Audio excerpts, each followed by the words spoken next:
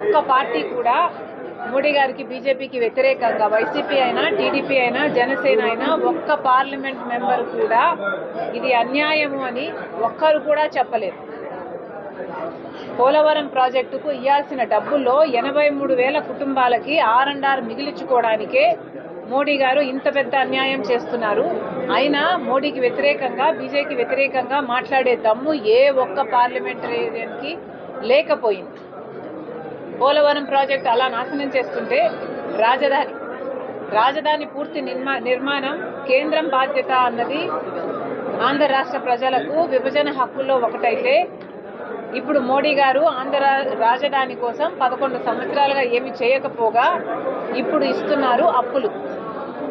ఎవరు అడిగారు అప్పులు? మాకెందుకు ఇస్తున్నారు అప్పులు?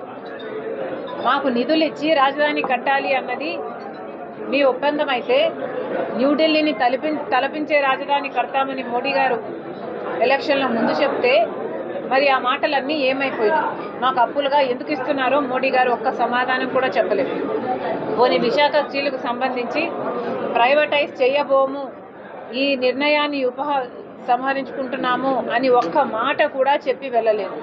ఇలా ఒక్కటంటే ఒక్క హామీ కూడా ప్రజలకు నెరవేరుస్తున్నట్టు, ఆంధ్ర రాష్ట్ర ప్రజలకు నెరవేరుస్తున్నట్టు చెప్పకుండా వచ్చారు, యోగా చేశారు, అందరూ కలిసి యోగా చేసుకున్నారు, వెళ్ళిపోయారు. ఇది ఏమైనా భావ్యంగా ఉందా? ఆంధ్ర రాష్ట్రంలో ఏం జరుగుతుంది? ఇంత అన్యాయం చేశారే. 11 సంవత్సరాలుగా విభజన హామీలలో ఏ ఒక్కటైనా ఆంధ్ర రాష్ట్ర ప్రజలకు ఇవ్వలేదు. ఈరోజు కనీసం మాకు చెప్పుకోవడానికి ఒక రాజధాని కూడా లేదు, మా బిడ్డలకు ఉద్యోగాలు లేవు, రైతులు మద్దతు ధర లేదని గగ్గోలు పెడుతున్నారు, ఆత్మహత్యలు చేసుకుంటున్నారు. ఒక్కరైనా ఎవరైనా పట్టించుకుంటున్నారా? ఎవరైనా ఈ సమస్యల మీద ఒక్కరైనా అధికారంలో ఉన్నవారైనా లేకపోతే అసెంబ్లీకి వెళ్ళి వైసీపీ జగన్మోహన్ రెడ్డి గారైనా ప్రతిపక్షంలో ఉండి ఎవరైనా ప్రశ్నిస్తున్నారా? మరి ఆంధ్ర రాష్ట్ర ప్రజల సంగతి ఏమిటి? ఎవరి పార్టీకి వాళ్ళు రాజకీయాలు చేసుకుంటున్నారు, ఎవరి పార్టీకి వాళ్ళు మోడీతో అయితే నైస్గా ఉంటున్నారు వాళ్ళ స్వప్రయోజనాల కోసం.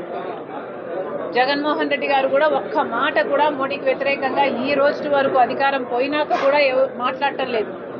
రాజశేఖర రెడ్డి గారి కొడుకై ఉండి రాజశేఖర రెడ్డి గారు బీజేపీ పార్టీని ఎంతగా వ్యతిరేకించారో కల్లారా చూసి కూడా జగన్మోహన్ రెడ్డి గారు మెడలు వంచి ప్రత్యేక హోదా తెస్తాను అని అధికారంలోకి వచ్చిన జగన్మోహన్ రెడ్డి గారు మోడీకి దత్తపుత్రుడిగా మారాడు.